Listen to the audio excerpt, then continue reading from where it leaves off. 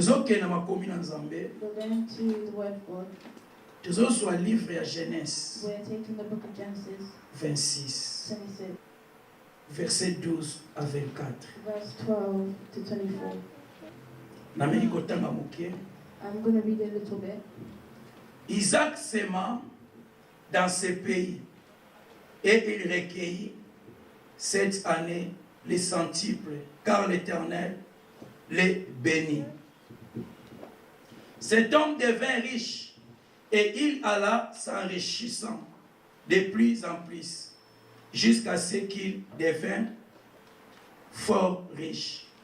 Il avait des troupeaux de menus bétail et des troupeaux de grosses bétail et un grand nombre de serviteurs aussi. Les Philistins lui portèrent envie. Tous les puits qu'avaient creusés les serviteurs de son père du temps d'Abraham, son père les Philistins les comblèrent et les remplirent de poussière. Et Abimelech dit à Isaac, va-t'en de chez nous, car tu es beaucoup plus puissant que nous. Isaac partit de là et campa dans la vallée de Guérar, où il s'établit. Isaac creusa de nouveau les puits d'eau qu'on avait creusés du temps d'Abraham, son père, et qu'avaient comblé les Philistins après la mort d'Abraham. Et il leur donna les mêmes noms que son père leur avait donnés. Les serviteurs d'Isaac creusèrent encore dans la vallée et y trouvèrent un puits d'eau vive. Les bergers de Guéra querellèrent les bergers d'Isaac en disant, l'eau est à nous. Et il donna au puits le nom de Sec, parce qu'il s'était disputé avec lui. Donc, le nom de Sec, et l'école va être dispute. Va disputer entre eux. Ces serviteurs creusèrent un autre puits, au sujet duquel on chercha aussi une querelle. Et il l'appela Sitna. Il se transporta de nouveau et creusa un autre puits pour lequel on le chercha pas querelle. Et il l'appela Rehoboth.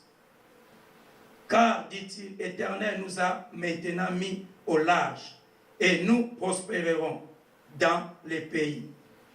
Il remonta de là à Beersheba. L'Éternel lui apparut dans la nuit et dit, je suis le Dieu d'Abraham, ton père, ne crains point, car je suis avec toi. Je te bénirai et je multiplierai ta postérité à cause d'Abraham, mon serviteur. Amen, amen, amen. Amen. Is that une longue lecture? It's quite long. Mais tozolobela na makambo elekaki na kati. We're talking about the things that happen inside. Na Genèse, In Genesis, histoire ya Isaac. the story of Isaac. Sujet tozolobela lelo oyo The theme we'll be talking about today eza bongo Rehoboth. is Rehoboth. Alléluia. Amen. Tozolobela We're Rehoboth. talking about Rehoboth. Mais lelo particulièrement But today, tokolobela particularly, we will talk na about sous-thème of the oyo subtitle eza bongo that influence. is influence. Alléluia. Amen. Influence. Influence. Talking about Mais influence. grand sujet na biso eza bongo Rehoboth. But our big theme is Rehoboth. Sous-titre na biso eza bongo Our influence. subtitle is influence. Rehoboth eza nini? What is Rehoboth? Alléluia. Amen. Par définition, From definition, Rehoboth Rehoboth ezali bongo espacé. is a space Hein? Ko-espacé, to enlarge. to enlarge. Alléluia. Eza ko-élargir. Is to enlarge.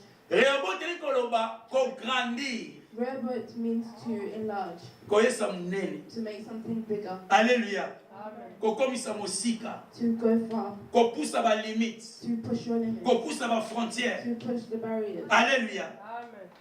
Koyesa munene. to be bigger. Eloko ezalaki mokie The thing that will ekoma small monene. for it to become bigger. Bénédiction ezalaki mokie The blessing that eya will susu small, monene. it will become bigger. Amen, amen, amen. Amen. C'est ça oyo babengi Rehoboth. That's what we call Rehoboth. Na Bible place totangi In the Bible where we have read, tozotanga histoire ya Isaac. we are reading the story of Isaac.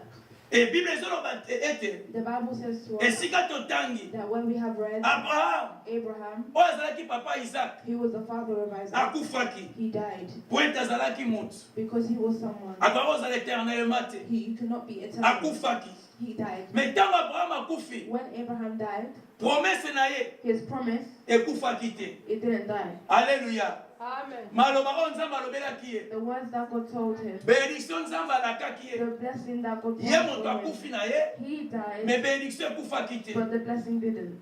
Amen, amen, amen. Amen.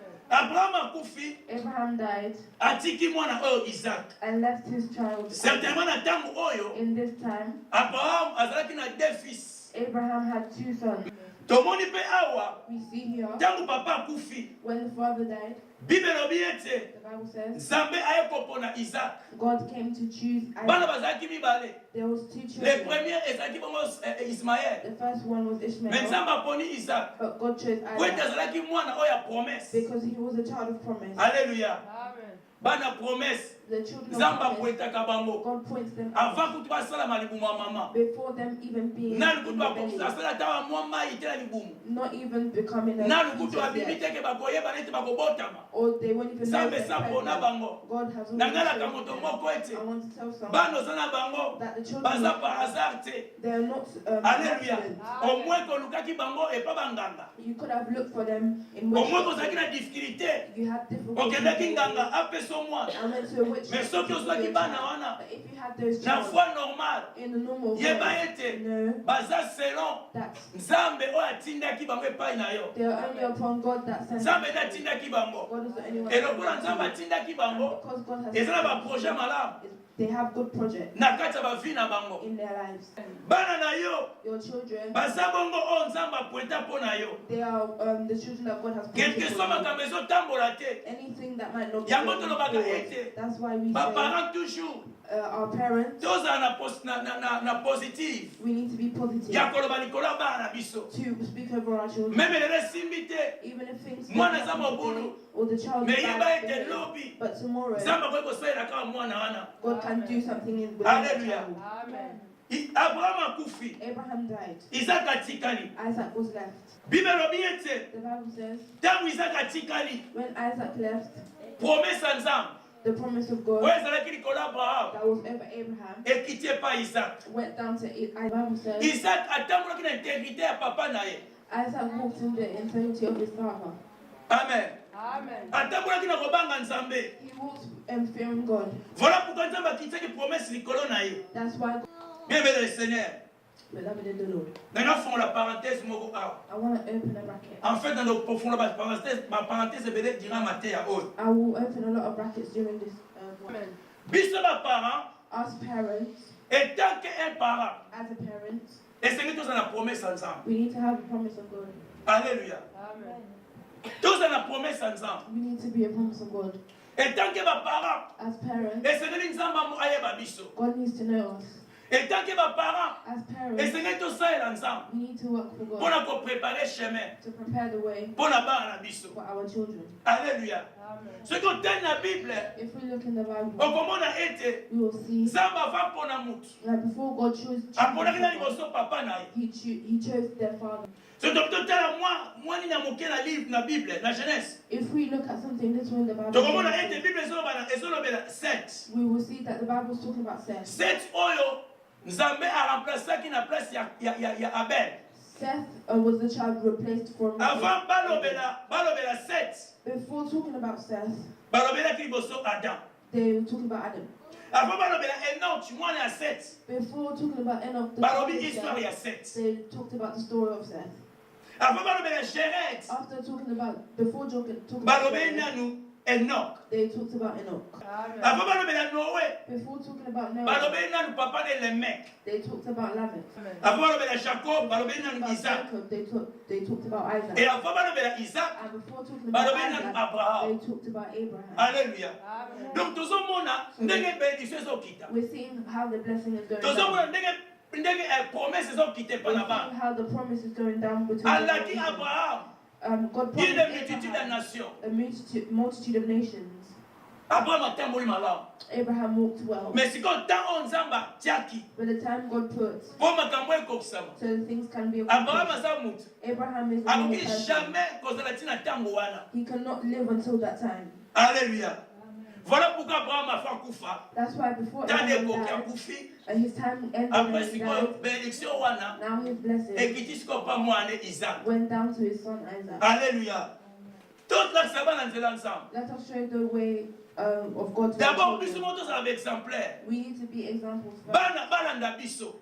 Our children should follow Ba us. copie ba vie na biso. They need to copy. Soki bana ba komi ko copier yo. If the children are copying Na you makambo malamu. with good things, Tangu yo kozala te. when you are not Ba there, continue makambo na malamu. they will continue to do those good things. Amen.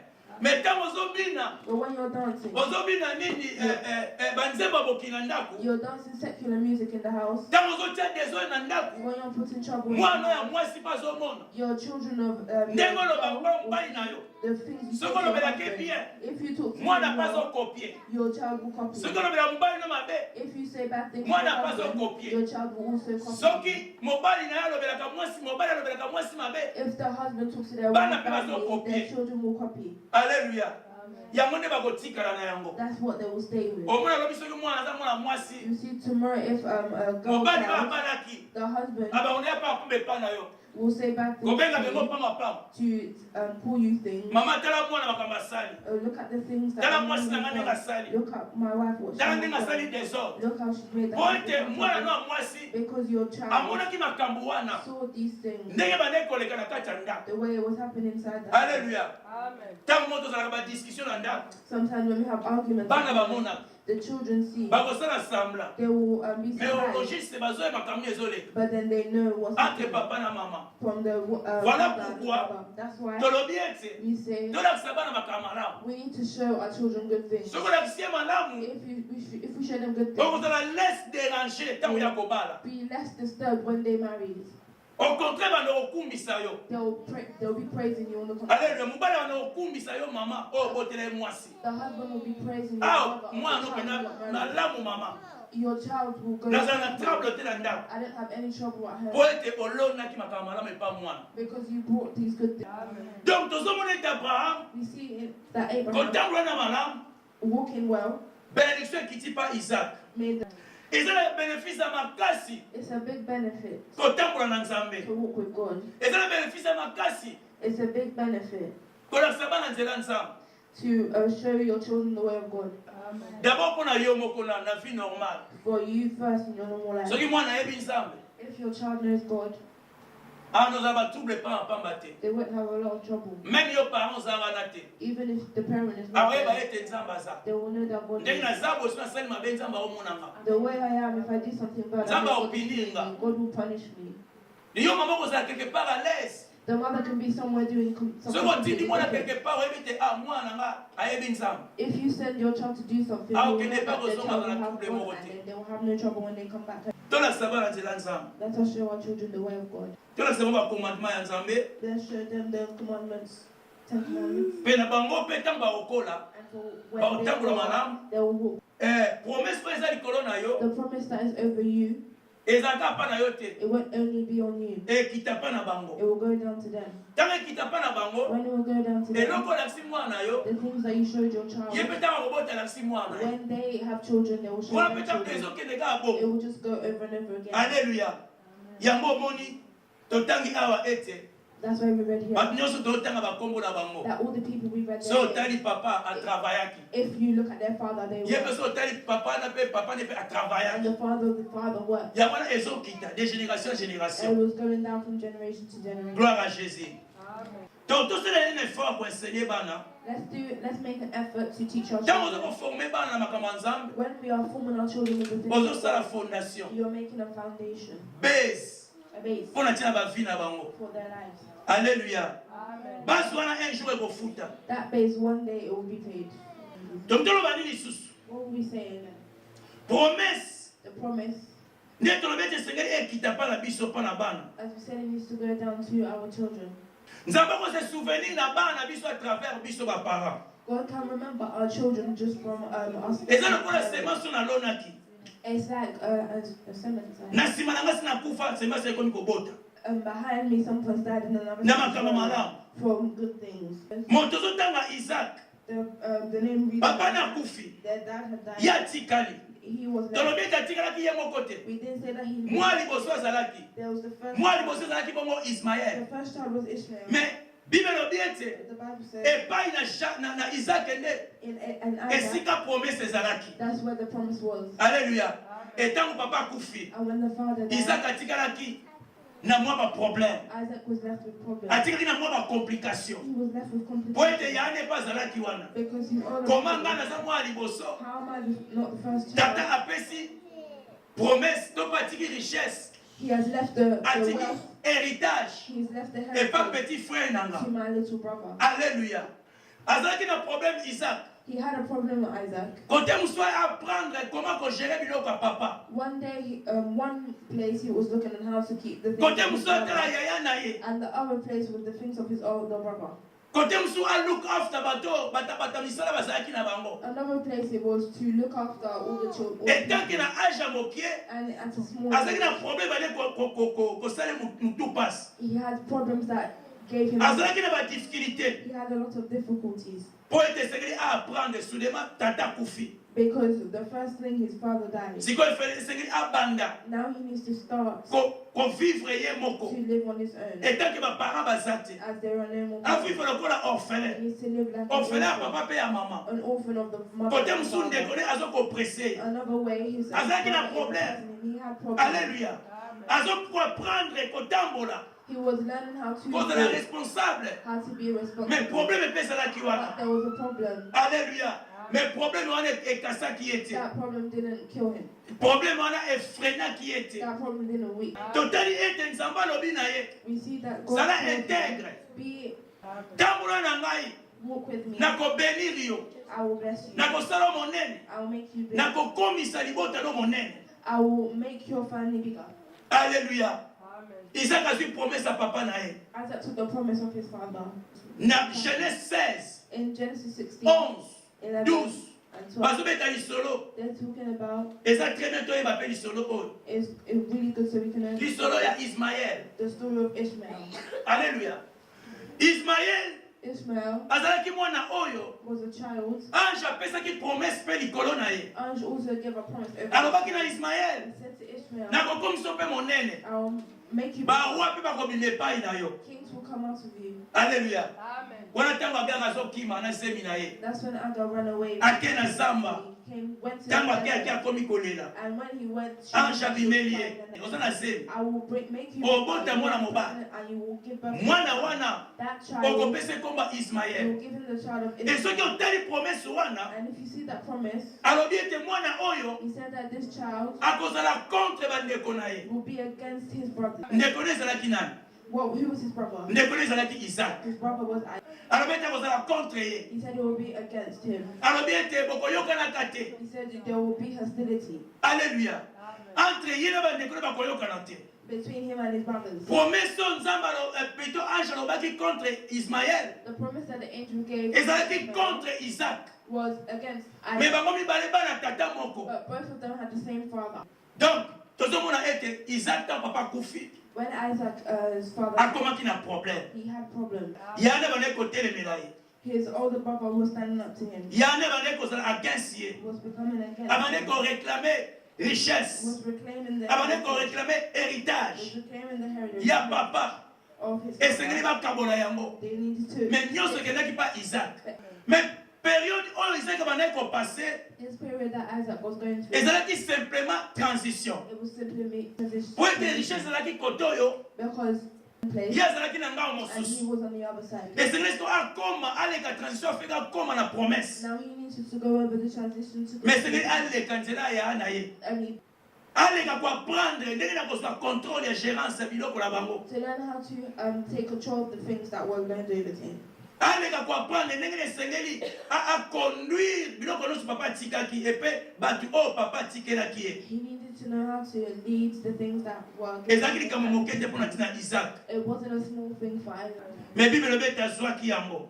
but the Bible said he took it. Atambolaki na yango. He walked with it. Akokisaki yango. He accomplished it. Mpe Bible ete akomaki kokoma une influence. And the Bible says he became an influence. Voilà pourquoi totanga l'influence. That's why we're talking about Donc influence. toloba ete We want to say avec influence na vie ya moto. that before an influence comes to someone, Eyaka pamba te. it doesn't come with no reason. Alléluia.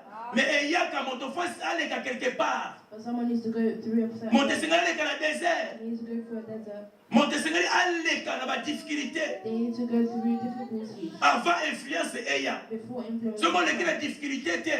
If you don't Influence ko yate. influences won't come. Alléluia. Et singale apprendre You need to learn afin qu'on comment influencer bato mosusu. to be influenced. Na verset 12 alobi nini? What did they say in verse 12? Après avoir souffert, Bible dit que Isaac s'aima dans ce pays et il recueillit cette année les centiples car l'Éternel les bénit. Dans verset 12, 26, 12. Bible dit que Isaac They said that Isaac, abandit ce qu'on soit vie. and now he was having that. Et donc il faut ça qui What was the thirst? Bible dit que aloni na guerra na mboka oya zalaki. They said he gained. Aloni He sowed, et tango aloni and when he sowed, azui 100%. he took 100%. Tozolobela surtout chrétien moi moke likamba kolona. We're talking about sowing. Bato mingi bakanisaka. A lot of people think Soki bake na zamba, if they go to a bake church, na mabele, they go to the ground. na mboka na biso tozalaka mingi na posa ya or. In our country, we need gold. Tozalaka mingi na posa ya diamant. We always need diamonds. Ba minere oyo euta na se na mabele. All the minerals that come from Or likola mabele, from over that. Nzambe pa pambola yango. God has blessed it. Ezo dépendre It depends na moto apambola mabele. on the person that blessed the ground. Apambola pe yo. It needs to bless Po you ete mabele wana because that's epesa yo 100%. needs to give you 100%. Alléluia. Amen. Bible lobi ete Isaac aloni The Bible says Isaac azwi sowed 100%. and had Ya makambo 100% alonaki. of the things he did. Amen, amen, amen. Nangaloba na moto moko ete I want to say this. ezotala te mosala inozosala. It doesn't matter what work you do. Alléluia. Ezotala te kosalaka cleaning. It doesn't matter if you do cleaning. Ezotala te kosalaka na biro moko It boye. doesn't matter if you work in a- Ezotala te koza hôtesse de l'air. It doesn't matter if you do Mais soki something. nzambe aza na yo, But if God is with eloko you, nyonso oyo ozosala everything you will do ekobouleverse moki. will change the world. Alléluia. Même na cleaning, Even in quel que cleaning, soit mosala ozosala, whatever soki work oza na you do, nzambe if you have God with you, ekoapporte it makamalamu. will import good things. Alléluia. Ekoenrichir yo. It will enrich and Eza mpona mosala wana te. It's not for that work, Mais eza mpona nzambe oyo aza na but kati na it's yo. for the God that is in. Alléluia. Moto nyonso aza na promesse. Everyone that has a promise, Etalaka te mosala nazosala. it doesn't matter what. Mais na we suka do, na yango, but at the end, réussite ezali. there is a gift. Alléluia. Moto nyonso na promesse. Everyone that has Même a promise, azoteka mai. even if they're selling Mais na water, suka na yango, but at the end, réussite there ezali. is a prize. Eloko ya moke azosala. The small Bato ones bakokamwa lobi. will be surprised. Eza mpona mosala azosala te. It's not for the work Mais eza that mpona they do, promesse. it's for the promise Oyo eza na kati na that ye. is within them. Voilà bénéfice ya kozala na nzambe. That's the benefit of being with God. Alléluia. Bénéfice ya kozala na promesse ya nzambe na kati na yo. The benefit of being with God. Donc tozomona ete You see in that? kozala na nzambe You have God, même libala wana even if that man mbongo eza te ndenge nini. there isn't anyone. Mais lokola nzambe aza na kati, But as God nzambe akosalela moyen, akotrouve moyen afin que yo vivre toujours. Amen, amen, amen. Oyo nyonso otake pa na nzambe Everything that comes ate from God, umeli. even if Mais na it's- suka nango moto fa yo but kesengo. at the end, Na suka someone na moto will smile. asepela. Someone Aloba ete naza na will nzambe. say that I am with God Ete nzambe aza na ngai. and that God is with me. Alléluia. 12 alobi ete 12 says, biso toza bato eloko no tokosimba everything that we will touch, ekosala makambo ya kokama ekobota. it will grow. Alléluia. eloko nyonso kosimba soki oza na nzambe If you're with God, ekobota. it will grow. eloko nyonso kosimba soki oza na nzambe If you're with God and you touch, ekoproduire. it will produce. Alléluia. Amen, amen, amen. Amen. Est-ce que oyebi ete yo moko nzambe asala yo afe koproduire? Do you know that God has made you so you can produce? Alléluia. nzambe asala yo mpo produire. God has made you so you can Il produce. doesn't matter oza ndenge nini. It doesn't matter how good Il doesn't you matter are. betide. It doesn't matter how much. eyo eza komata na kati ya moto eza bonzambe. The only thing that matters within you is God. Alléluia. nzambe asala yo bota makambo malamu. God has made you to give birth to good asala children. yo bénédiction pour les autres. He made you a blessing for others. asala yo mpo opesa bato mosusu esengo. He made you so you can give others happiness. Alléluia. Il doesn't matter ndenge nini ozali, It doesn't matter how you are. mais ezalaka na nzambe na kati na yo. Always be with God in you. Comment nde makambo ekochange. You will know how things will change. Puisque Bible elobi ete Because the Bible says na proverbe, in Proverbs, richesse richness, ezwaka mapapu. it has wings. Alléluia. Richesse soit normale. The normal wealth Oya mokili of the world ezwaka mapapu. has wings.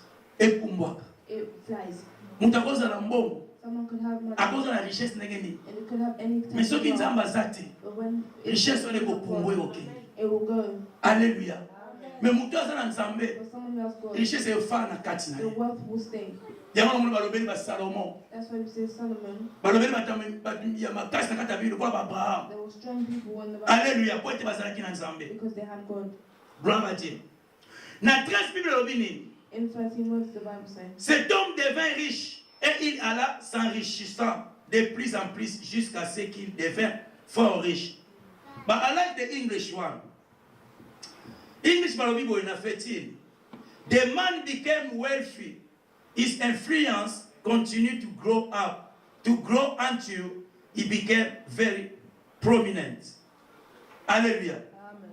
Donc, English ne va expliquer bien. In English, they explained it well. Na transition pe oyo ba expliquer bien. In translation, in this translation, it will Balobi be ete well. mutu o Isaac tolobela They said Isaac akomi riche. became wealthy. Richesse na ye His wealth ekomi sani. Ekomi ko influencer. started to influence Alléluia. Si aye ko koma su riche aba riche. until he became wealthy of the wealth. Amen amen. Amen. Tala bénéfice ya kozala na Nzambe. Look at the benefits of being with God. Alléluia. Amen. Akundi kaka mabele bilanga. He buried the soil. Balobeli biso diamante a. But they don't bring up. Balobeli or te. They didn't talk about. Mais balobela mabele. But they're talking about. The Alléluia. Na yebite so akundaki apo I don't know if he buried. soki tomato Or a tomato. na yebite. I don't know. Mais Bible elobi akundaki. But the Bible said he buried. Nzambe apamboli ye. God had blessed. Alléluia. Amen. Bible elobi azali na banyama ebele bangombe. That he had a lot of animals. Nzambe apambola ye. God had Et akontinue toujours kozala béni na mosala na ye. continued to be blessed with Akomi ko animals. influencer He began to influence bato ba pembeni na ye. people who were. Akomi ko He influencer began to influence ba voisin na ye. Esika ya bale kofanda. his neighbors where he was. Moto aza riche akomi ko influencer Someone who is rich can influence na makambo malamu na ndenga bien. in good ways. Akomi pe ko influencer na ndenga mabe. He could also influence in a bad way. Moto aza riche Someone who is rich, tout autour na ye. all around him, Akomi ko influencer bato na mabe. they can influence them. Moto aza riche, Someone who is rich, richesse na ye his wealth, ekokosala ete it abanda kosala makambo mabe. can make them do something. Moto aza riche, Someone who is akokosala wealthy, richesse ekokosala ete his wealth can make influencer pe ye moko to influence himself afin ke vie na ye ebeba. so that his life can ruin. Bato ebele na mokili A lot of people, bazo ko influencer they are influencing bato ba pembeni na bango. people who are around them. Soki azwi mbongo If they take money, influence wana that influence ezosala ete abana kopebisa mi bafamille ya bato. is making so that they can learn. Soki azwi mbongo If they take influence wana that influence ezosala ete will make ekomisa bato bayeba ye makasi. so that people know him very well. Soki azwi influence If they are esala influenced, ete it means bato bayoka kaka ye. that people can only Soki azwi influence if they take esala influence, ete it means abana meme koboma bato that they can oyokeli ete abomi yo. you don't understand him. Alléluia. Soki azwi na influence If they are soki totale bamboka na biso if you look at our bachef ya mboka bazala bainfluence the leaders of the country have bazo corrompre même bajuge they are corrupting judges na influence na bango baa na yango. in their influences. Donc tozotala ete influence We see that influence eza eloko moso moto aza na yango is something that if soki you have it, okontrole yango te if you don't control it, influence ekobanda soki okontrole yo the influence will na kati ya vie na yo. be your life. Alléluia. Amen. Bible ebetela biso lisolo ya Daniel People are talking about Daniel na roi Nebukadnezar and the king Nebuchadnezzar na Daniel 4:4. and Daniel 4 verse Bible ezoloba ete Bible says roi oyo this azalaki influent, he was influenced.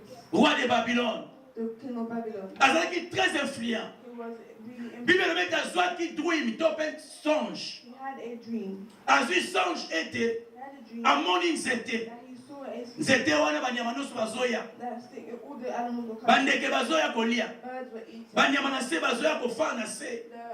The Tangu moyo insects ezali. were coming, and when it was Po ekufui ba ona moyo. so that it can cover them. Nzete wana tala molai te mache ko molai. That stick became E big matiti likolo. and went all the way to the sky. Après aye koyoka ete. Then he came to her Banzambe na likolo. that the kings of above Batindi moko babikende kata nzete wana. go and cut that stone. Mais racine nango But the base of it, ou the roots or the roots, bokata yango te. don't break it. Boka yango ba chaîne. Ezala na pendant 7 ans. Chain it so that it can be there for 7 years. Alléluia. Siko wazo luka explication. The king was looking for an explanation. Babengi Daniel a fait explication. They called Daniel to give. Na rappelé ete And roi azalaki puissant roi ya Babylone. this king was very powerful. Abandaki kokamba mokili mobimba. He was leading the Asimbaki whole na maboko na ye. He held it in his hand. Bible elobi ete Daniel expliqué ndoto. The Bible says that Alobi ete nzete wana eza yo roi. Nzete wana eza yo. the tree is you. Nzete wana ekoma munene. The tree is becoming Eza nde yo roi. is you. Ozo na influence na bamboka ebele na baroi ebele. You are influenced. Yo ndo simbi bango na maboko na yo. You have held them. Alléluia. Influence na bomoto. The influence. Soki power eleki mingi. If there's a lot of power, Moto akozala mpe corrompi. people could be corrupted. Yango wana bana nzambe tosala attention. That's why we need to be careful. Alléluia. Tosala attention.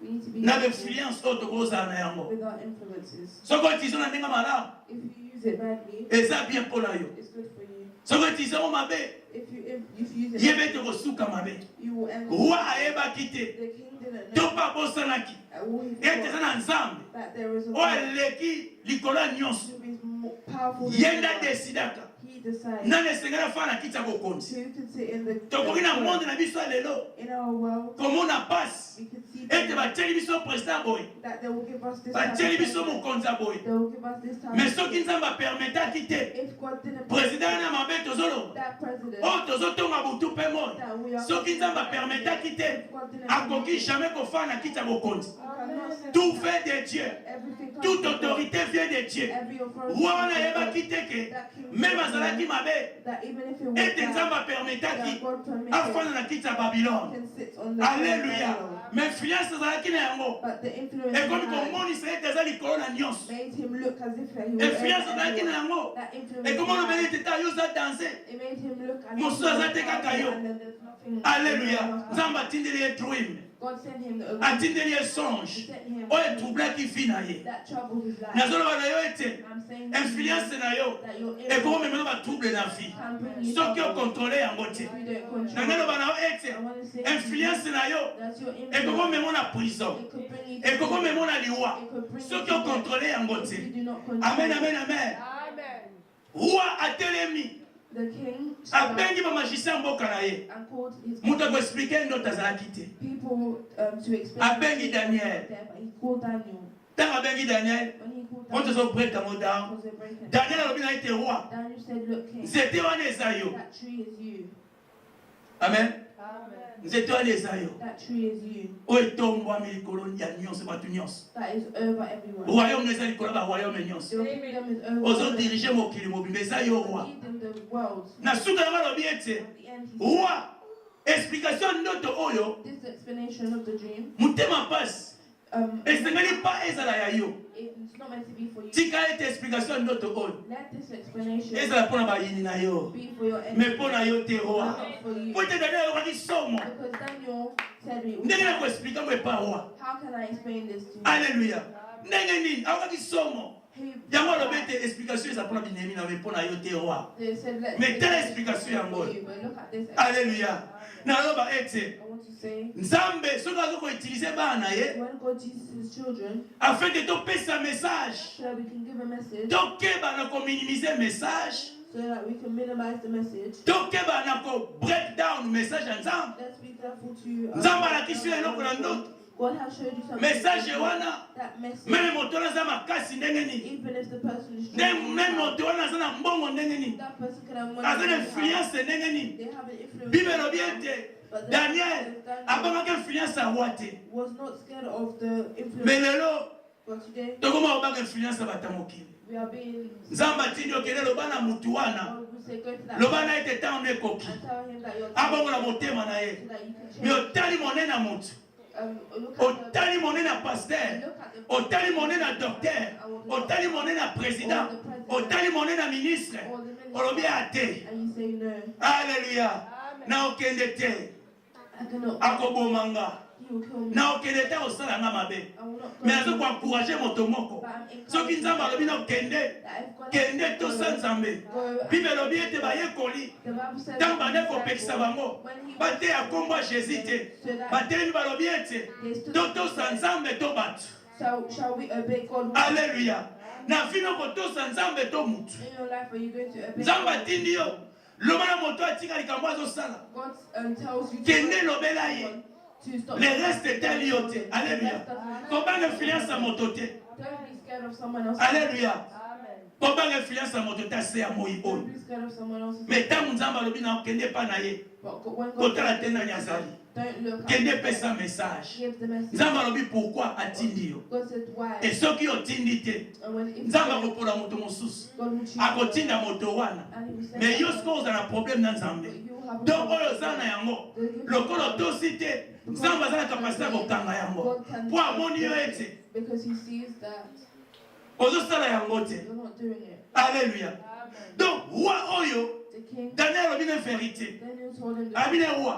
he said Eza yo nzete. it is you Donc tree. tant ezoya. The time is coming. Baokata nzete wana ndenge omona ndoto. They will cut that tree. Elingo lakisa nini? What does it mean? Ete bokonzi na yo kolongwa na maboko na yo. It means that your kingdom will go away from your hands. Alléluia. Bokonzi kolongwa na maboko na yo. The kingdom will go away from your hands.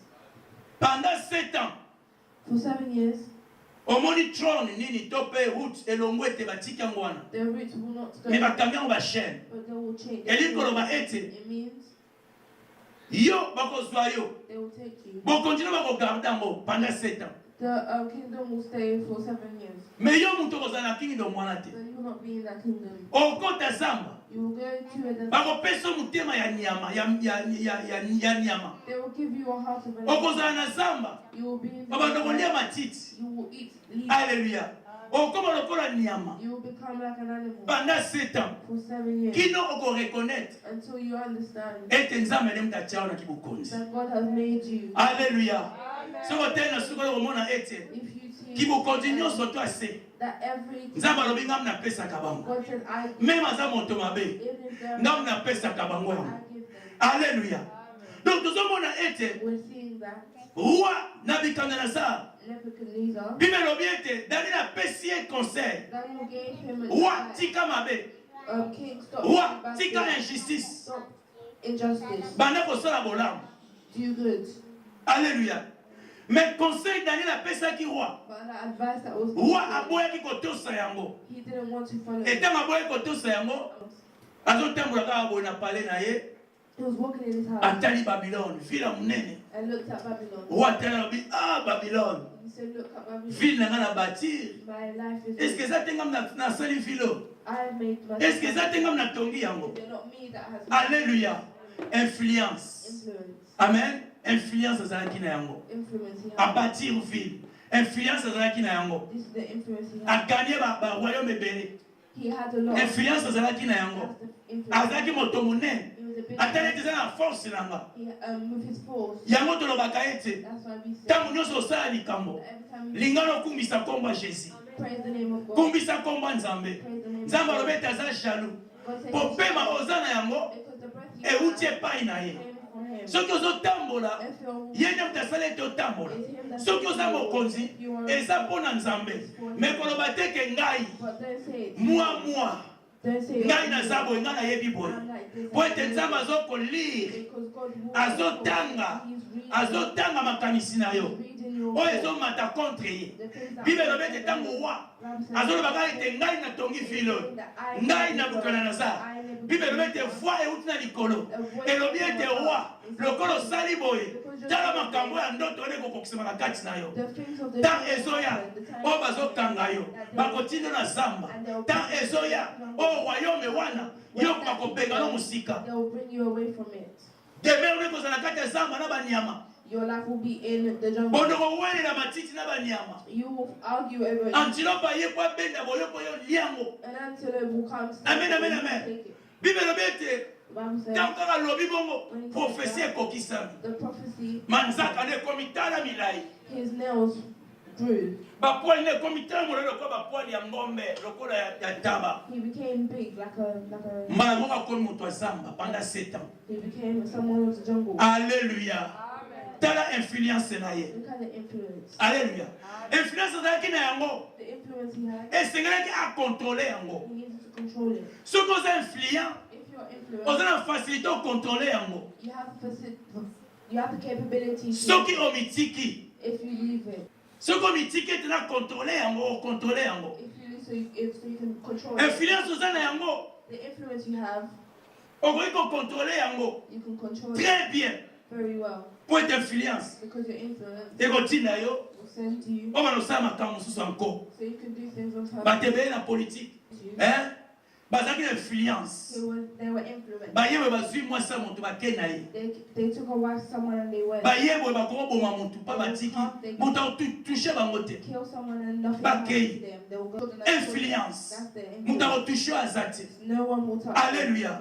Influence etina basala makambo bakoki kosala te. Influence makes people do things that they can't. Influence ekoko dominer mutu. It can dominate Soki someone. ozwi contrôle nango te. If you do not have Bayebaki yo. they Mais bazo know you, reconnaître yo lisusu te. but they don't know you anymore. Pourquoi po ete influence ekangi yo? Because the influence stops you. Na mokili In the world, bamode ezoka influencer monde. the trends are influencing the world. Mode de vie. The mode of life. The way we live in this world. The way we live. Ezoka influencer batu. It's influencing people. Alléluia. Mokila monde ya ténèbres ezoka influencer batu na mokili. The world is influencing people in the world. Alléluia. Bilamba ezoka influencer mutu. Clothes can influence someone. Ezoka influencer mutu. Can influence someone. Ba étude ya moto ezoka influencer. The studies could be influenced. Wani ya vie ya moto ezoka influencer batu. The way of life of someone can influence. Alléluia. Mais naoloba ete But I'm saying that yo etanke mwana nzambe as a child of God, yeba kocontrôle influence na yo. learn how to control your influence. Oza kitoko. You are nice. Kitoko eza influence. That is an Alléluia. Okoza na mbongo. You could have Mbongo epesi influence. that money. will- Mais soki etanke mwana nzambe But as a child of yeba God, kocontrôle yango. learn how to control Isake awa Isaac, influence akomaki na yango Bible elobi na 13. the influence he had, Influence wana that influence oyo ezalaki na yango that he had, influenceaki vie na ye te. it did not influence his. Alléluia. Mais bato baomona akomi na mbongo But people say that epesa bango influence akomi na mbongo. it will give them Mais influence. ye moko mbongo wana influenceaki ye te. But his money Te abana kosala bato mabe. that he could do bad Abana kozwa basi ya bato na makasi. so that he could take other people's Ils ont lives. comprendre. Influenceaki ye te. It didn't influence them. Abimi kaka babala kwa yo yaka. You come here. Ati yo kende kuna sala boy. They went, Te. he went to tell people what to do. Ye na influenceaki influence wana. He influenced the influence. Alléluia. Donc soki toza na kitoko, If you toza na mbongo, you have money, tokoki koinfluence mokili na ndenge malamu. you can influence the world in a good way. Kitoko na yo, Your niceness, utilise yango. use it Oyo influence bato na okotisa bango Jésus. so you can influence them. Alléluia. Kitoko na yo na bana répéter, Your beauty eza influence. is an influence. Utilise yango, Use it oyo bana koteela bato Jésus. so you can preach people about Jesus. Mayele oza na yango, The eza is influence. an influence. Utilise yango, Use it. oyo bana kokotisa bato Jésus-Christ de Nazareth. Alléluia. Oza na influence na kati na yo. You have an influence in your life. Nini oyo okoki kosala? What can you do? Nini oyo oyebi? What do you know? Oyo epesa ba I influence. can give you an Utilisez influence. mon sport pour Jésus-Christ de Nazareth. Use it for Jesus. Alléluia. Verset moko, tokotanga na Matthieu In 5. Matthew 5, Tokotanga te pour l'instant Cécile. 13 à 16. 13 to 16. Jésus oloba ete oza mungwa. Jesus said you are salt. Mungu esalaka ni influenceaka biloko. Salt influence food. Tala biloko ezanga mungwa so batie mungwa. If food doesn't have salt, Omona ete change. Alléluia. you see that Échanger. it will change. Toza mungwa. We are salt. To influencer le monde. We need to influence the world. Amen, amen. So batie mungwa biloko moko échanger ku. Makambo nyonso échanger. Salt, everything will change. Eza nde biso. It's us. Voilà pourquoi nazoloba na yo. That's what I'm saying. Oza na influence na kati na yo. You have influence. Kende sikoyo libanda. Go outside banda koinfluencer bacamarade na and yo influence your friends. nakolakisa bango jésus To show them. koutilize influence wana mpona kosala makambo malamu Use that influence to do good things. influence na etinda oso ozonga epa na nzambe The influence will bring people back towards God. eza na bacondition ya monde ekoinfluence qu'un chrétien People of the world can influence you as a Christian, mais yo sala makasi oinfluence yango but you need to influence. amen amen amen donc isaac a influencaki monde Isaac influenced na richesse na ye with his wealth, mais autilisaki yango na ndenge ya mabe te but he didn't use it wrongly. influence na yo mbongo na yo ede bato Your money can help sala bato bolamu do good things. influence bato makambo malamu Influence people. bayo bakunaki te mama nana yaki atikelaki nga mwa sang So they know that this You can finance the man. That's a good alléluia amen oyo mutu te ayaki boye atikelaki nga saki ya nini yo koinfluence bien That person can say, oh, that person gave te me. bana koinfluence bato misala We malamu need to influence people with. alléluia te bana koinfluence bato misala malamu We need to influence people po with. ete ntango ekoki Because the time has come. jésus azozonga God is coming. aza na mposa to influence He bato wants us to influence. bible elobi ete